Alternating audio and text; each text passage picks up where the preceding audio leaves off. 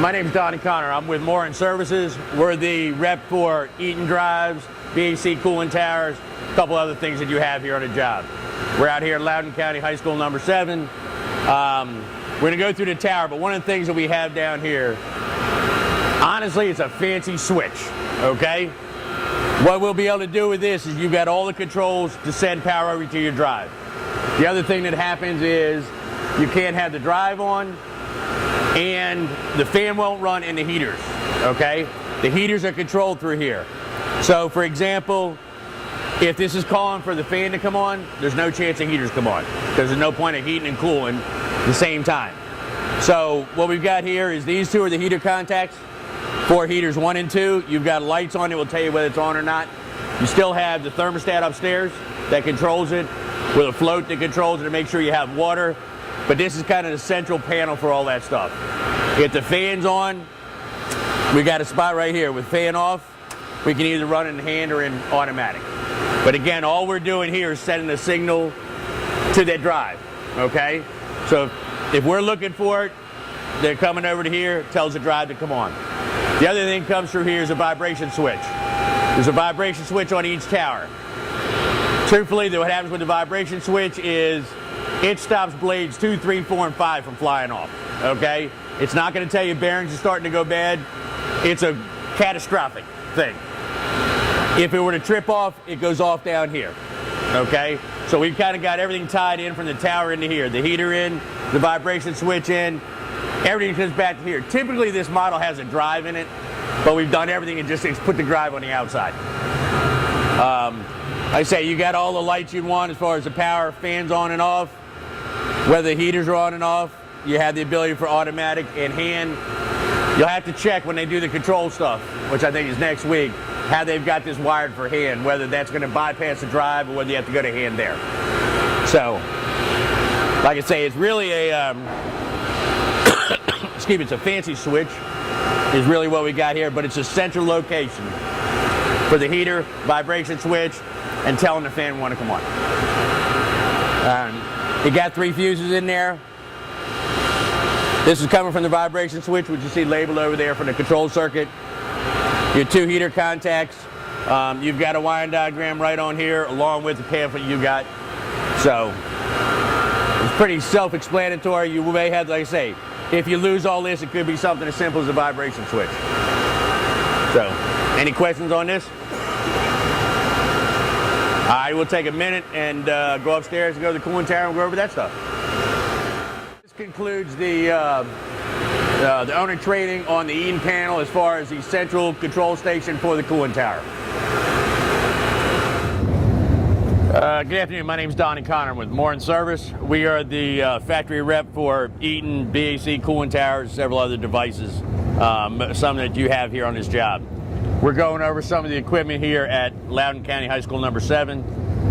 We have a Series 3000 cooling tower. It is a cross flow where the air is coming in this side, going out the top. It is got a stainless steel basin, so that definitely helps it when it comes to the any scale or something like that. Again, one of the biggest things I say about cleaning the towers, everybody wants to try to clean them once, but if you think about it, they're not going to run year round here, are they? Chiller? Bet they might. Bet they might? Okay.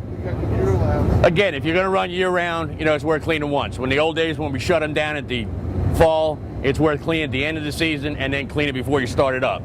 Even though it seems repetitive, you're cleaning all the dirt and any possible scale that was in there at the end of the season, and then you're cleaning out any debris that got in there in the wintertime. You've got a disconnect up for the fan, and you've got 2 disconnects for the heaters. There are 2 sump heaters in each one of the cells. And both towers are identical. So what I'm telling you about one will be the same way with the other one. You go through, it's got the regular maintenance. I'll show you in a little while. Inside the door, there's no more climbing up for the grease fittings. They're right inside the door. They got tubes that go up to the bearing, so that's all you got to grease there. The motors do not have to be greased. They are built, so every once in a while you have to tighten them up. Again, you'll just get a little bit of loose. This has already been started. They were tightened up once, but after some wear and tear, especially in a moist area, the belts will loosen up a little bit. As far as the maintenance, on the top deck, what we call the hot deck, you've got little holes, okay? And we call them nozzles. It's not a forced, it's sitting in that little trough up there, the water goes down. If you see something in there, you don't want to clean it out with a piece of rod or a screwdriver or anything. Because if you think about it, where that nozzle is, it comes down and hits a piece of plastic. So when the water hits, it distributes it out, kind of sprays it out. That way you're not, if you push down all the way through, you'll break that plastic, and then it's just digging into the fill. Looking at the sun, you may have a little bit of opportunity for algae growing on the side of here. No matter what the chemical treatment or anything else, that is a possibility because you've got a little bit of overspray on the ends. Just a matter of cleaning it off, with a hose, stuff like that, depending upon how bad you let it get.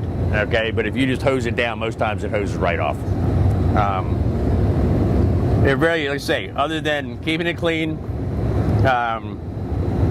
the nozzle's up top, grease fittings are right inside the door. The adjusting screw and everything for the motor is inside the door itself. You got a platform that you walk up to, and then you can walk across the tower. It would take a second here, and I'll walk around and show you where the heaters and stuff are. All right, as I said, we're going to come around the side of the tower. You notice one thing, even though we're on the roof, they've gone ahead and they've raised the tower up, so we're not going to get a lot of dirt and debris from up underneath here.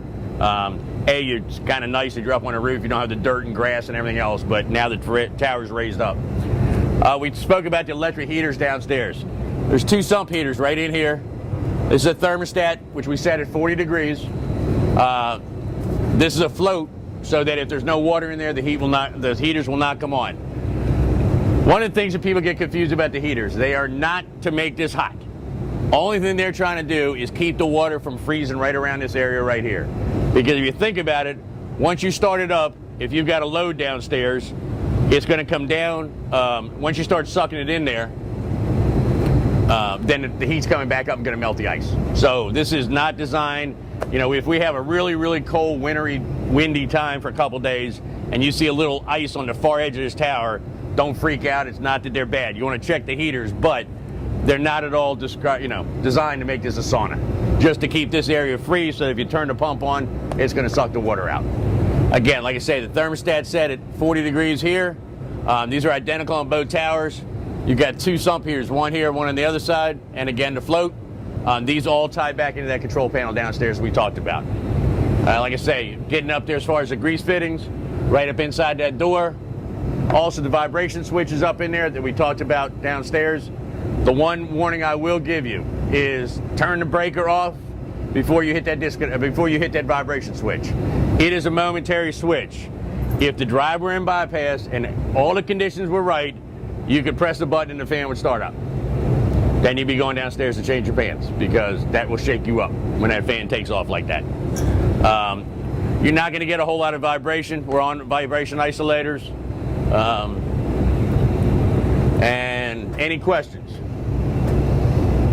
All right, well, that concludes the tower for the Loudoun County No. 7 High School. And if you have any questions, feel free to call Moore & Company. Thank you.